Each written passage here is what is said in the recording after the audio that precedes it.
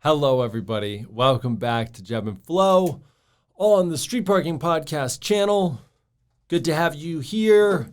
Hope you had a great week. I hope you did some really awesome warming up. We've been having a lot of fun with it, so I hope you have too, and be on the lookout for some more fun stuff.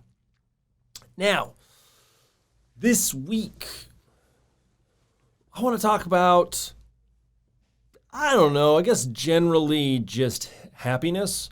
I've been reading a lot and came across some interesting ideas backed by a lot of research about happiness I thought was pretty cool. So I'm going to share it with you. So when I used to own a gym, I would bring people in for an introductory session before they would join. Before they could join, they would have to go through an intro session. And in that session, I would talk to them, get to know them, learn about what their goals were, what they'd tried in the past, and explain to them what it was that we offered. Because people have a lot of ideas when they come into a gym of what they want. And we had a fairly specific offering. It may not be the best fit for everybody, so I had to make sure that they knew what they were getting themselves into. But I would ask them about what their goals were. And I got all kinds of stuff. You would get the people that are like, I'm getting married in 6 months, and I want to really look really good on my wedding day. And sometimes I'd have people who are like, I'm getting married in 6 weeks. I got to lose 20 pounds. I'm like, dude, where have you been? But anyways, we would get all kinds of different things. And the most general stuff was like, I want to just be healthier. I want to look better. I want to lose some weight. And those are all really great goals. What's important, not so much is the goal, but is why. Why do you have that goal? And that sheds a little bit more light, gives me more insight in terms of how committed, maybe, how necessary, or just generally the types of habits that need to be developed in order to reach that goal. So it's not about the goal, right? It's who you have to become in order to reach that goal. And that process of becoming is developing habits. We've talked about that a lot, and we will get into habit in a second here. But for some reason, I don't know why this really struck me, but I had this one particular prospect that showed up, and it was a young lady. She was pretty small, like fairly thin and petite, and she wanted to lose weight.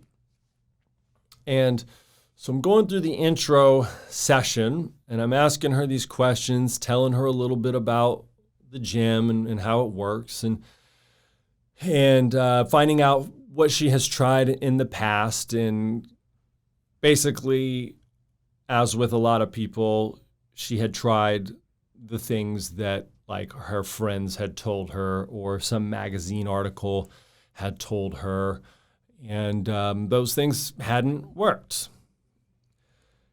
And so I was digging into her goals a little bit, and I'm, so what exactly is it that you want to get out of this? I want to lose weight. Well, how much weight? I want to lose 15 pounds. Well, when do you want to lose 15 pounds by? As soon as possible. And then I asked her, well, why do you want to lose 15 pounds? And she looked at me and she said, just straight into my face, because then I will be happy. And I mean, it gets me right here just thinking about that still, because it broke my heart. It broke my heart that she thought that she couldn't be happy until She lost 15 pounds that, whatever, it's not for me to decide, but that probably didn't even really need to lose. But somebody or some pressure from all the places that we get pressure told her that she wasn't good enough and that she had to be thinner or lose weight, and that she couldn't or didn't deserve to be happy until that happened. And that really sucks. Not only does it suck, but it's just not true. It's just not true. For me, my overall level of happiness has changed. And to be honest, my sort of baseline of happiness went up when I got sober. And this is not a sobriety podcast. This is not a sobriety propaganda episode or anything like that. But that's just, for me in my life, there's been little events and things like that where you're happy for a bit and then, it goes away, or you're sad for a bit and then that goes away and you come back to this baseline. But that baseline changed for me once I got sober. And it wasn't because I stopped drinking or doing drugs. That was certainly part of it. But it was because I gained some new tools. I gained some new tools that allowed me to stay sober and allowed me to manage my emotions and navigate the world without feeling like I needed these other things to change me from the neck up, And so it took work. I had to do a lot of work, a lot of self-reflection.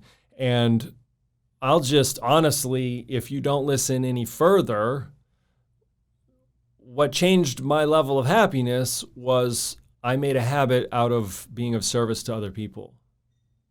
That was what changed. And that's it. Period. Love you. See you later. But we'll get into it a little bit more. So in what I was talking about, like reading this week, I learned about this idea of what they call the hedonic treadmill. And what that is like what I was saying, you have this set point, a happiness set point. And from that set point, you will have events, you will have moments in your life, you will have things that happen that will raise your level of happiness. And then over time, it restabilizes to that set point. Negative, bad things will happen in your life, and then it will restabilize to that happiness set point. And for a long time, people thought that set point was, as implied, was set. You couldn't change it. Now we know that is not true. And there's two ways that set point can change. And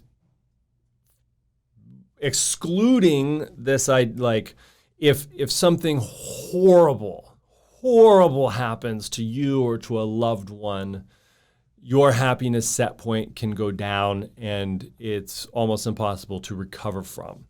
And for most of us, thank God, we won't really experience that. But having somebody insult you or wrong you or losing a job or something like that doesn't count. I'm talking really horrible, tragic things.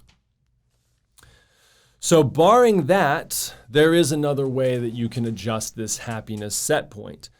What they found through mountains of research and evidence is that winning the lottery, getting married, career advancement, promotions, and then losing your job, having your house foreclosed on, things like that, those will not affect your happiness set point.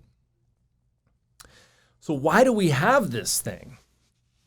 And no one really knows, at least as far as I have been able to find. I haven't found anyone that that can concretely tell us why we have this happiness set point.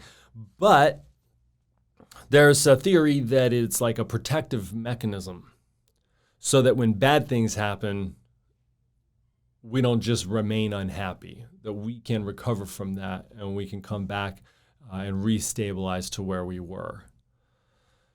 And the downside of having that protective mechanism is that it works the other way too. So where amazing things happen and then the novelty of those things wears off and we go right back down. So if you've ever been on a shopping spree before, it's fun. You get this excitement, or like gambling, right? I used to go to the Del Mar racetrack when I lived in San Diego. And the race season's very short, but you go to the horse races. And I don't know anything about horse racing, but you would bet on the horses and you could do these little parlays and trifectas and things like that. And when those horses are coming around that final turn and you know which horse you need to win, or sometimes, win, place, or show, you bet on the top 3 horses and you see your 3 horses in the right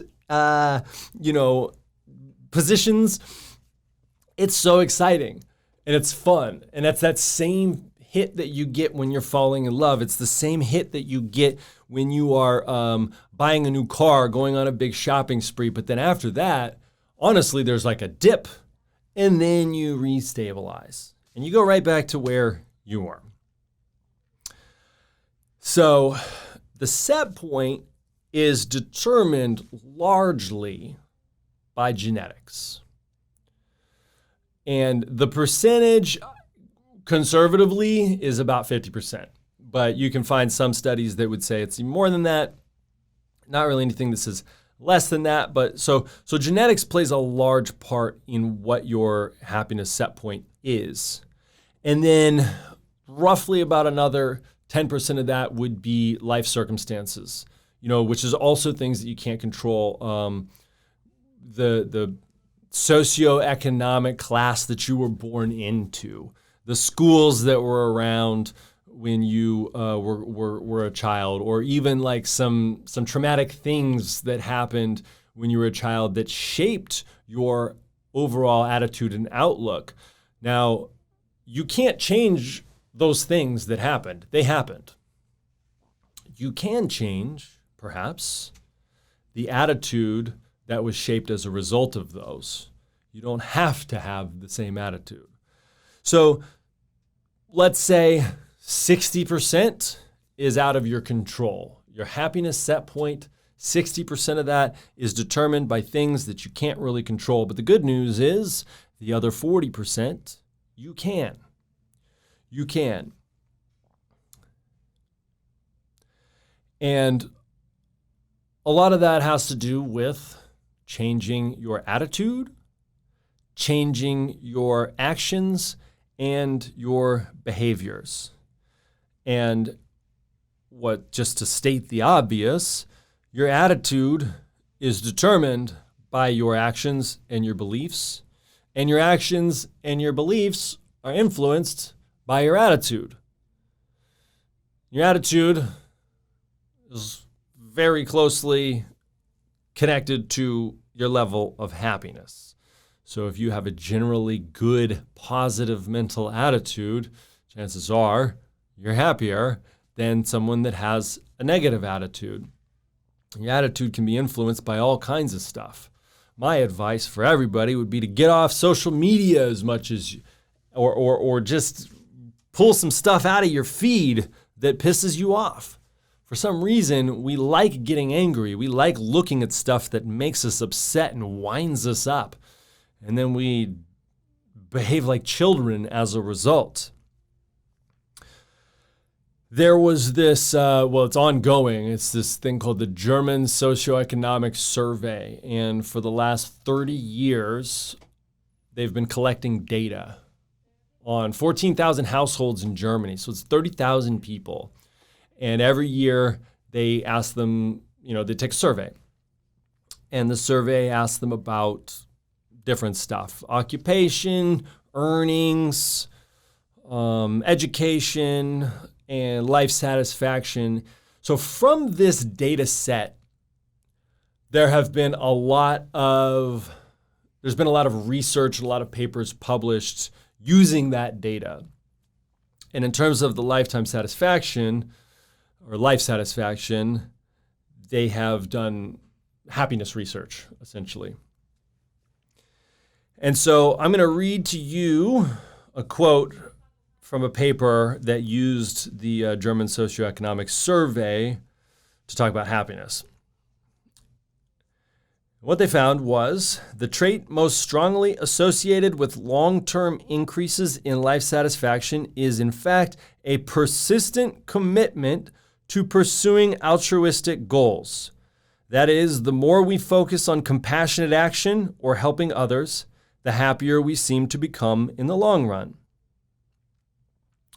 And compassionate action obviously has to do with helping others, but they found, as digging a little deeper, things like gratitude, the practice and the habit of gratitude, forgiveness, and thoughtful self-reflection also contribute to your overall level of happiness. So if you want to change your happiness set point towards the positive and raise it up, it's very simple.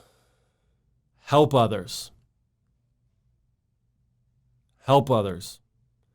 Do things for other people and make a habit of it.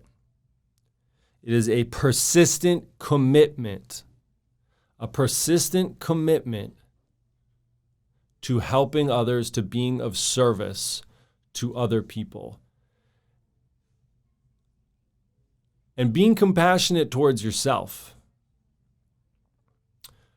Forgiveness is huge. Gratitude is huge. Both of those things can be obtained through thoughtful self-reflection. Taking a few minutes every day to just sit in silence. Take a walk and leave your phone at home. Be in nature. All of those things. Persistent commitment to those things over time will elevate your happiness set point. Now, where have we heard this idea of persistent commitment, aka consistency? Consistency over time. That is the street parking philosophy. Look at what happens physically. If you consistently move your body and eat right over time, amazing things happen. You live longer, you get off medications, you look better, you feel better, you're nicer. And perhaps it becomes easier to help others and to be compassionate and raise your happiness set point. So it's about applying the same consistency, the same more than nothing philosophy that we apply to our fitness. You apply that to being happy through service, through helping others. And this creates not just a higher level of happiness, but that happiness comes from a deeper sense of purpose. A deeper sense of meaning. Like, how amazing is that to wake up in the morning and to walk out your door and feel like your life is really important because you are helping other people, people that need your help. Maybe they don't even know they need your help, but you have meaning, right? There is a purpose there. That is huge. That is some deep stuff. And it's so simple. Not easy. Simple. So that's the action item. Hopefully, you do this for at least 3 weeks. Hopefully, you make this into a habit. But let's start one day at a time for 7 days this week. Your action item is to do something for someone else. Do something for someone else. And here's the bonus. Don't tell anybody. Don't broadcast what you did. Don't showcase on social media what a great giving person you are. Just do something to help others. Do something to help someone else for the sake of doing it. Don't tell anybody. Pay attention at the end of the week to your overall sense of happiness and purpose.